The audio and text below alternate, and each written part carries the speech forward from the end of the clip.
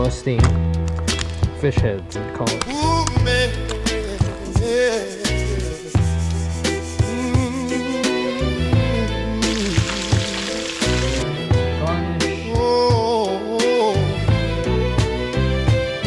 Vermillion Rockfish Katsu.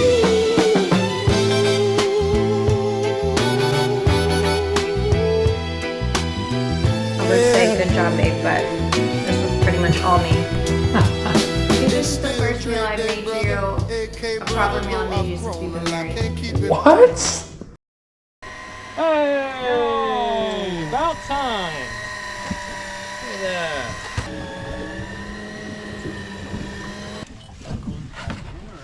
There we go, guys. Oh, we got another bender. There we go. We got a triple. Let's go. Let's go. Trev. Oh, you got something real. Nice vermilion here. We're gonna do a catch and cook. We're gonna do some vermilion katsu for you guys today. Ooh. One of my favorite recipes to eat this very popular eating fish here. I'm gonna show you guys how we process these things. We're gonna brain it. We're gonna bleed it. We're gonna get it on ice. It makes a huge difference. We're out here slow pitch jigging here. This is a new Spro jig, 330 gram. Big old jig. Beautiful red here. So if you guys are new to the channel, do me a favor and subscribe and watch Mrs. Nye and I go to work in the kitchen with this thing. I'll even show you guys how I fillet it up and go through the cooking process. This video is intended to really encourage you guys that don't like eating fish or have little fish cooking experience. And I'm gonna show you guys how easy this recipe is. So appreciate you guys tuning in. Here we go. Bite's starting to develop here. Getting consistent doubles, triples. Another nice red here for Captain Riley on the jig. Caught this one on the new quantum rod, the Zeal. This thing handled the head shaking machine really well. I'm actually really tired. I'm out of breath. We're gonna brain this guy. Look at that brain juice pop out. And then we're gonna bleed them. You can actually just poke them a couple times in the gills and that membrane. You see all that blood coming out of him? And then ice bath in the Yeti bucket. And we're gonna transfer him to ice. So crucial step, do not skip it. Oh, another nice red. Oh, that's a big one too. Heck yeah, on the slow pitch. Reaper. On the Reaper slow pitch, solid. What you got there? Ah, don't give me that. Oh, you're one of them? Come on, dog. Come on, you're Asian, dude. Dude, that's a nice macaquio. Oh, that's huge. He just got his ass kicked by that thing and fought it all the way up to the surface, and he went, ah. Cheers. Ding. Quick little walk through my fish cleaning station here. Show you guys how I try to keep this efficient, mess down, clean up to a minimum. This Pecos table here is a super heavy duty table. Let's walk through how we clean one of these big bastards. All right, let's walk through how we clean one of these beautiful vermilion rockfish. We got a little rigor mortis here. Got these fish nice and cold, and we're gonna cut these with some new 7-inch blades from Bubba. Got two different models here. Check that one out. It's got a little serrated edge. This one is more of a standard 7-inch fillet knife. Flexible, super sharp. We're just gonna do a simple fillet on this vermilion rockfish here for our vermilion katsu dish. And you always start with a cut right behind the head. I like to slice that belly here, and I'll start right below this fin, and you want to just ride the skeleton of these fish. If you have never done this before, just take your time. Rotate the fish here. The longer blades help. You can utilize the skeletal structure of that fish to help you. Really sharp knife is crucial. And you can start peeling it back here. And those of you guys that have had a little bit of a nightmare cleaning these fish, or any fish, don't feel bad if you make a mistake. That happens. Even experienced fish cutters don't get it perfect every time. But here's a good tip. Keep that fillet intact after you outline it, so that when you rotate the fish to do the other side, that meat is there to keep everything straight. If you remove that fillet, and the bigger the fish, the more dramatic that curve gets, it's gonna slump like this, and it's gonna be a little bit harder to get all of the meat off of that bone. So just keep it in place, cut down, rotate your knife. Once again, kind of start slow here. Use the length of that blade to ride that edge.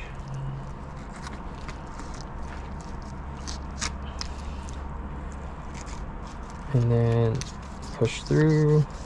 I like to stop kind of short of the tail there. You can get this nice spiny piece of fin out of the way. And then once you've got it outlined of both sides, you can do one of two things. You can cut through and bust through the rib bones, but lately I found myself to prefer just kind of slicing the meat away from the skeleton as I open it up here. That seems to save my knife from getting dull. I get to about this point, and it also yields a little bit more meat. You know, flip the fillet over there, and see, it's not perfect. Butchered that a little bit. And then one of the reasons why I like keeping it all intact is now you've got an anchor point here to easily skin it, just like that. Good sharp knife will cut that skin right off, and you've got a beautiful vermilion fillet here ready for our Katsu recipe. And if you notice how white this meat is and how very little blood there is, that's a direct result of our process on the boat. Braining it, bleeding it, icing it down, and keeping them cold. Here's one other little hack here to make sure it stays cold. Nice Yeti block of ice here. You can even throw one kind of on top to keep that flesh cold. Let's finish this thing out. Okay, so same deal. I'm gonna come back across, and you can kind of see where I'm cutting it away from that spine. Okay.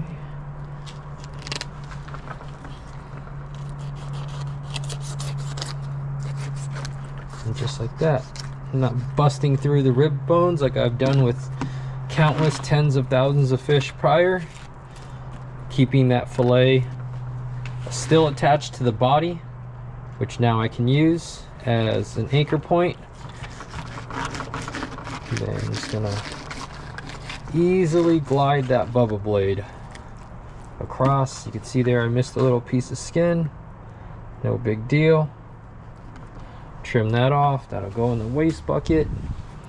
Okay, got a beautiful vermilion fillet. Minimal blood, minimal mess. Goes right in here. And yeah, take a look at that. All of that is in one spot. I might keep this and actually use this for lobster bait. We will see. So actually, you know, let's try doing that. Let's break down the head. We also got this beautiful 9-inch stiff knife from Bubba, and I got it exactly for like heavy duty work, like busting fish heads off of their frames, as the Aussies would call it. Okay, so I can probably hook that up to our hoop nets when we go fish lobster. I can break all this down into a bait cage. All right, that should all fit inside of a bait cage neatly. Maybe mix in a mackerel or two or some sardine in there for a little bit of variety, but we can put that in there. Fish heads are great for making stock and soup. You want to remove all the guts and stuff, but since I want to probably try to use this for lobster bait, we're going to leave that intact.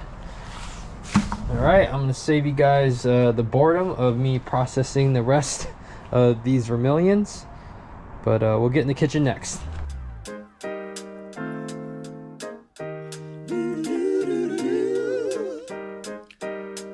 It's on the block, boy. Yeah. Yeah.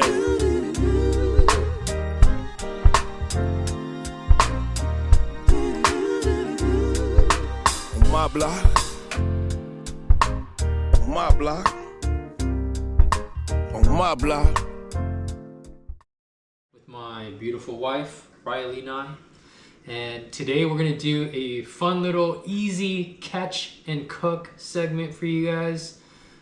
In 2025, we've done a ton of saltwater fishing, and because of our access to so many great eating fish, we started to implement a lot more of it into our daily diet. So we're gonna show you a quick, easy recipe that's become a go-to for us. Super easy to execute. We are not professional chefs by any means. We're lucky enough to be friends with a lot of amazing chefs, and they've inspired us to go down this culinary journey of our own. So if you guys have little to no experience in the kitchen, don't feel alone. We've both been there. So I'm gonna walk you guys through this super easy recipe here with my sous chef. She's probably slightly more pleasing to the eye than me. Oh my gosh, you're ridiculous. We got a couple of knives here. One stalk of green onion. This is one Vermillion Rockfish fillet that you guys watched us catch on the slow pitch jigs. We have a couple other items here. Some Japanese curry.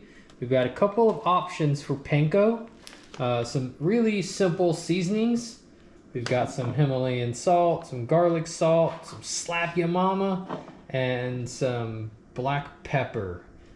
Also have a beet single egg here, and we're gonna walk you guys through on how to assemble this. So after you fillet your rockfish, cut them into serving size pieces like so. Season the fish and not the breading. That is a key that I have found to make a pretty big difference in the eating experience and actually tasting all those seasonings instead of burying them in the breading itself. So as you see here, we've got a combination of that pepper, salt, garlic salt, and slap your mama already thoroughly mixed in and adhered to the fish.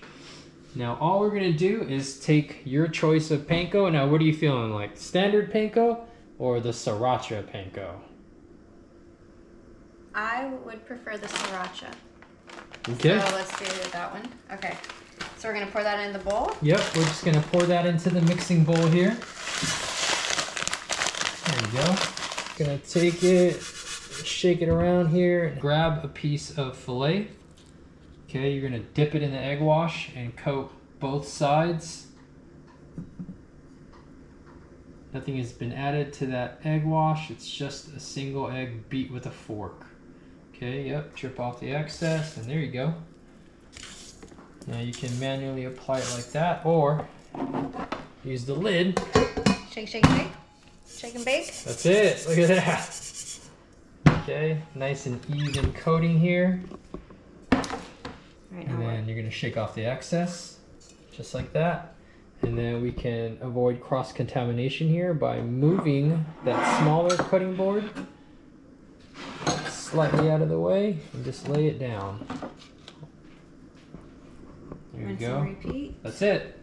Super easy. And you'll notice here that the seasoning actually stays adhered to the fish fillet very well. So simple, Riley can do it. It's pretty simple. It is pretty simple, but delicious. How confident are you in the kitchen on a 1 to 10 scale? Being honest, like a solid 5. All right, we're halfway there. Breakfast is easy. Lunch, and dinner sometimes. That's why I have all of her teaching me all these easy recipes that I can do while he's working or while he's gone. So, yep, pretty straightforward process here. Got the egg wash, helps that delicious sriracha breading stick to your protein. Now that we've got them breaded, we're just gonna lay them into a cast iron pan here. And if you guys see, we've got both a 10-inch and a 14-inch cast iron pan. We went with the smaller 10-inch because it's gonna take less oil to get to the halfway point of these fillets. So we've preheated this oil here. It's on super low, but it's actually pretty hot right now. So you gotta anticipate this thing cooking your fish really quickly. So as you lay it in there, lay it away from you gently so there's no splash. Do that, okay, yep. And then as you place these fillets in, it's going to reduce the temperature of your oil.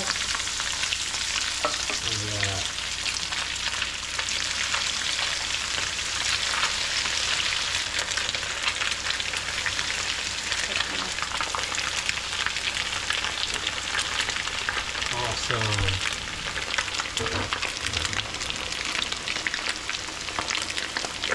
We've started cooking so much with the cast iron and it's made a huge difference. If you guys haven't experienced one, I highly recommend one.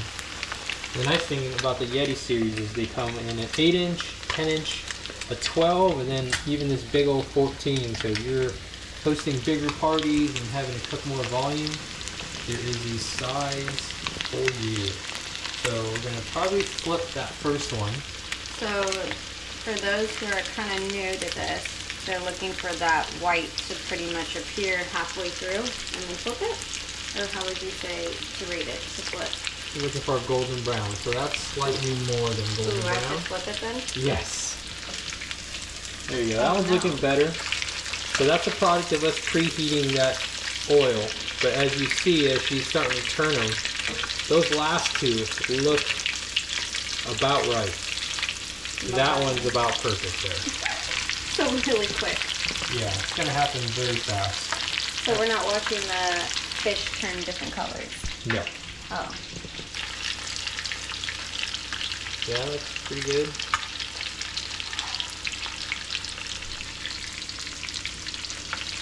So you want to hold it over the oil to use gravity to drain as much of that oil as you can. Hold it there for a sec, yep. See that oil dripping off? And pretty much once it stops dripping off, you transfer it to your plate.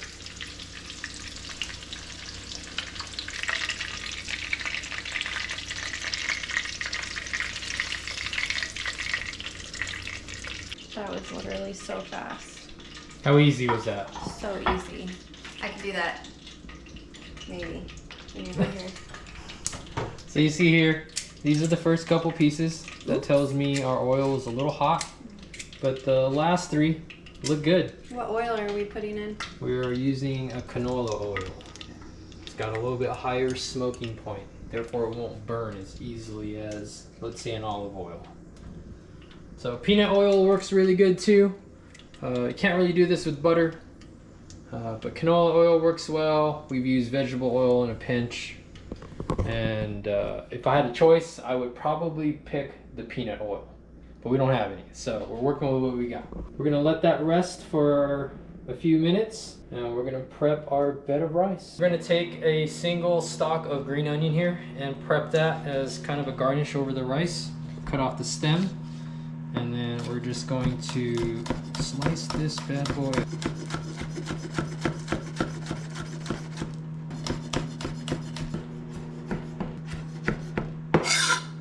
Just like that. Then we also have our final step here. Gonna take a block of this curry. This one comes in a solid block, just like this. And all we're gonna do is add it. We could probably actually break that up. Let's split that in half here.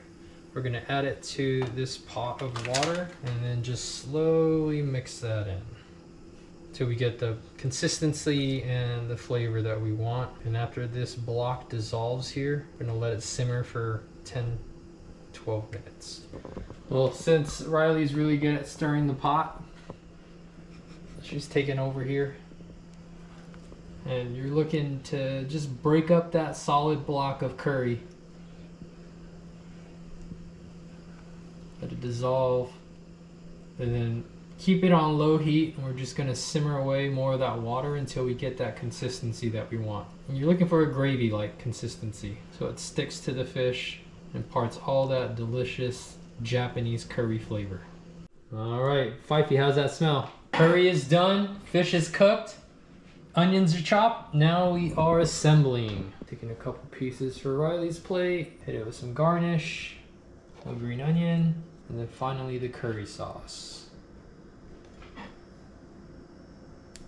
Apply as much or as little as you'd like. Dang. I like a lot. Okay. I like sauce. She likes some saucy. Who would have thought? That one's for me. Well, how would you guys rate that just off of visual appearance alone? Looks pretty good to me. This is probably the first time you've actually cooked this yourself, right? I mean, I've been in the kitchen while you do it, yeah. I've been taking notes. Is that enough for you or you want more? Oh, it's perfect. Look at that. All right, moment of truth. There it is. Vermillion Rockfish Katsu. Moment of truth. Okay.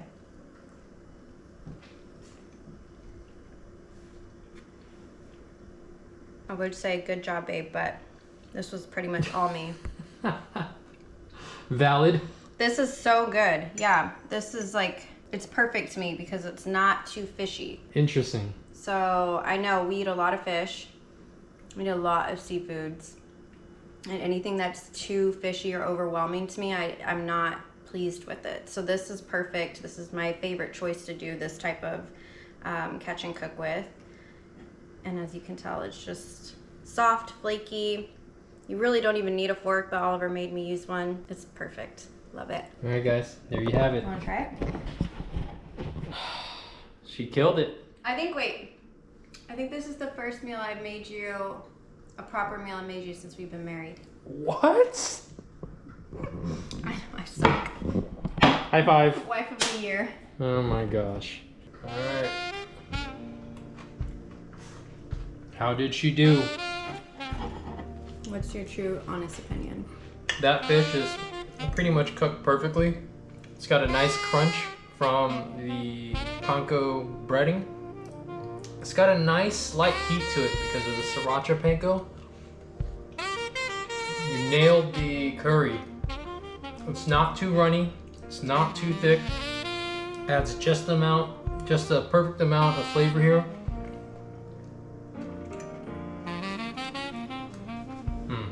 Skate to one song. And then combined with the white rice.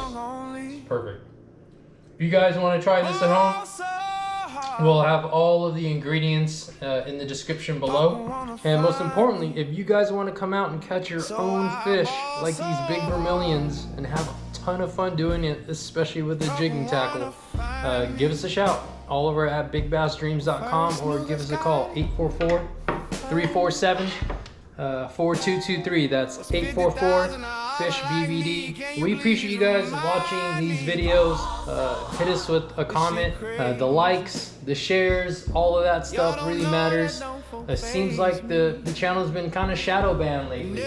So we need some engagement from you guys to trigger those stupid algorithms and bump this back up to the top. Yeah, I might be a little bitter about that, but I appreciate you guys. For the Five Dog, He's so sad. he's the saddest dog ever. Yeah. Fife loves eating vermilions too.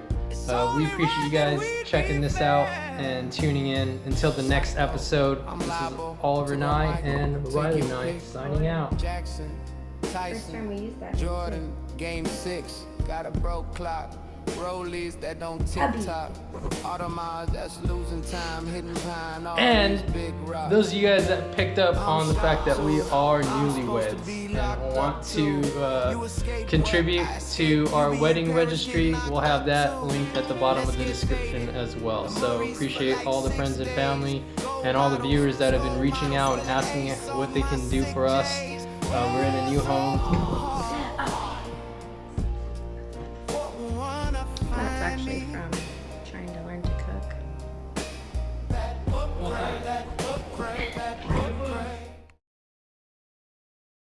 Okay, and do it with your fork.